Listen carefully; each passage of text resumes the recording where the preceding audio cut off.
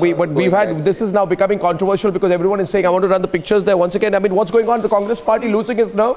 Congress party losing its nerve, Abhishek? The Prime Minister is just walking down to his car. Yeah, what's the problem? It's absolutely defendable.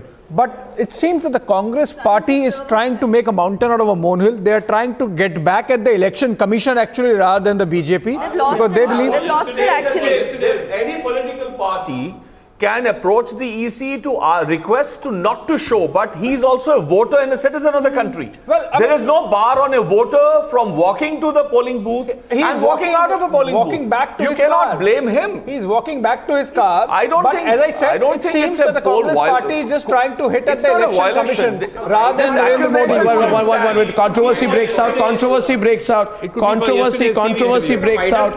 A controversy breaks out, and we will get an update right now. We'll get an update right now from the newspaper as well. Because I thought at the first phase, Congress was very cocky. Yeah. And suddenly I see from this morning, Congress losing it's cool. I think it's getting and nervous. that day they said that the EVMs are being connected to the Bluetooth.